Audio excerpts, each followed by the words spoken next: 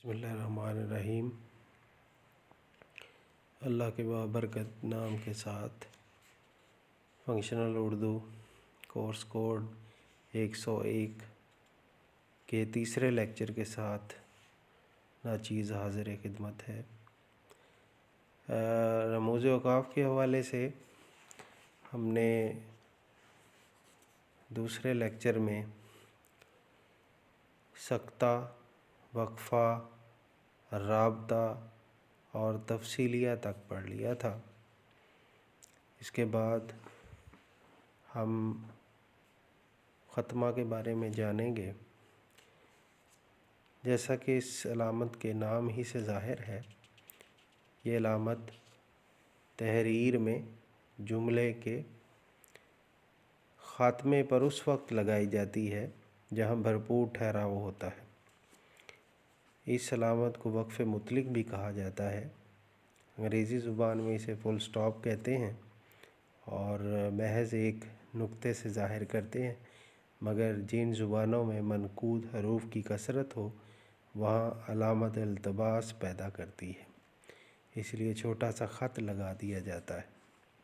اس علامت میں بہت احتیاط کی ضرورت ہے، اسے ہمیشہ جملے کے آخر پر ہی لگایا جاتا ہے۔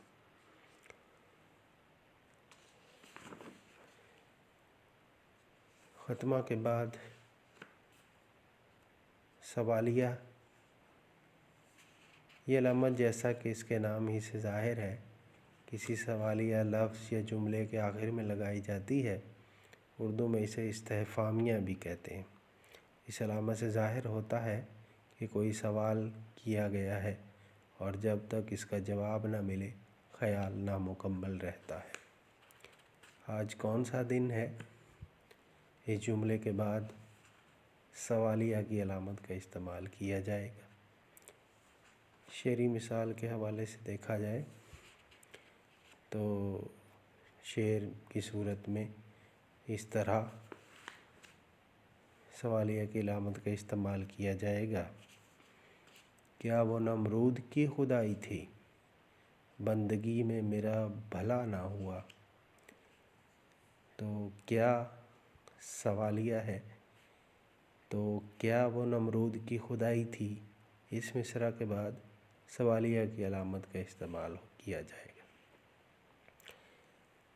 اس کے بعد ندائیہ ہے، تو ندائیہ میں عبارت میں کسی کو پکارنے یا مخاطب کرنے کے لیے علامت ندائیہ استعمال ہوتی ہے۔ مثال کے طور پر اے خدا ہمیں اپنی پناہ میں رکھ، تو اے خدا لکھنے کے بعد ندائیہ کی علامت کا استعمال کیا جائے گا۔ اسی طرح درخواست میں جناب علی کے بعد ندائیہ کی علامت کا استعمال کیا جائے گا۔ اسی طرح اگر ہم لکھتے ہیں جناب مکرم، تو اس کے بعد بھی ندائیہ کی علامت کا استعمال کیا جائے گا۔ اگر شعری مثال کے حوالے سے دیکھا جائے: غالب تیرا احوال سنا دیں گے ہم ان کو، وہ سن کے بلا لیں یہ اجارہ نہیں کرتے۔ تو اس شعر میں پہلے مصرع میں غالب، تو غالب کے بعد ندائیہ کی علامت، اس کے بعد تیرا احوال سنا دیں گے ہم ان کو، وہ سن کے بلا لیں یہ اجارہ نہیں کرتے۔ تو اس شعر میں غالب کے بعد ندائیہ کی علامت کا استعمال ہوگا۔ اسی طرح فجائیہ، تو اردو میں ندائیہ، فجائیہ اور استجابیہ کے لیے ایک ہی علامت کا استعمال ہوگا، لیکن ندائیہ ظاہر ہے کسی کو پکارنے یا مخاطب کرنے کے لیے، جبکہ فجائیہ میں اگر ہم دیکھیں تو عبارت میں کسی جذبے مثلا غصے، حیرت، خوشی، دکھ اور خوف کا اظہار کرنے کے لیے علامت فجائیہ استعمال ہوتی ہے۔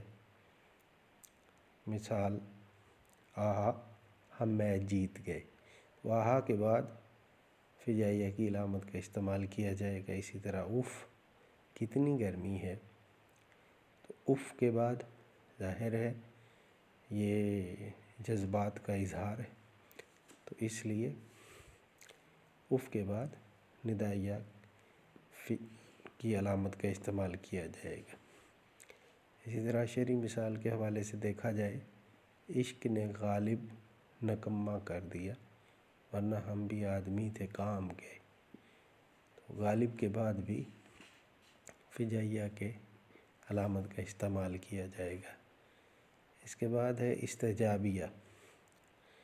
تو استجابیہ کی تعریف کچھ اس طرح ہے، عبارت میں تعجب کا اظہار کرنے کے لیے استجابیہ کی علامت استعمال کی جائے گی۔ جیسے اس لفظ سے ہی ظاہر ہو رہا ہے کہ استجابیہ یعنی کہ مستعجب، یعنی کہ تعجب کا اظہار کرنا۔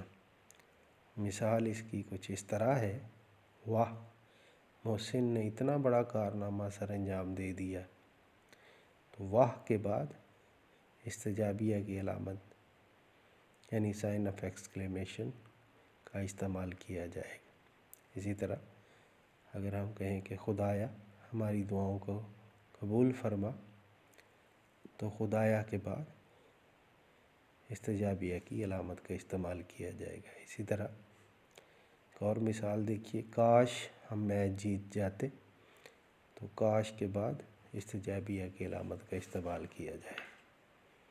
اس کے بعد واوین کی علامات ہیں، تو یہ علامت بالعموم دو مقاصد کے تحت استعمال ہوتی ہے۔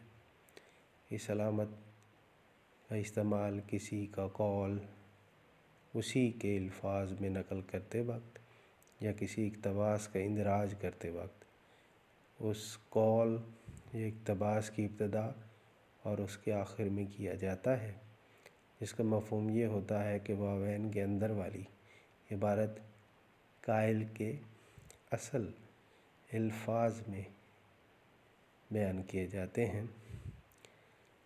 مثال کے طور پر رسول پاک صلی اللہ علیہ وسلم کا ارشاد ہے، دنیا آخرت کی کھیتی ہے۔ تو یہاں دنیا آخرت کی کھیتی ہے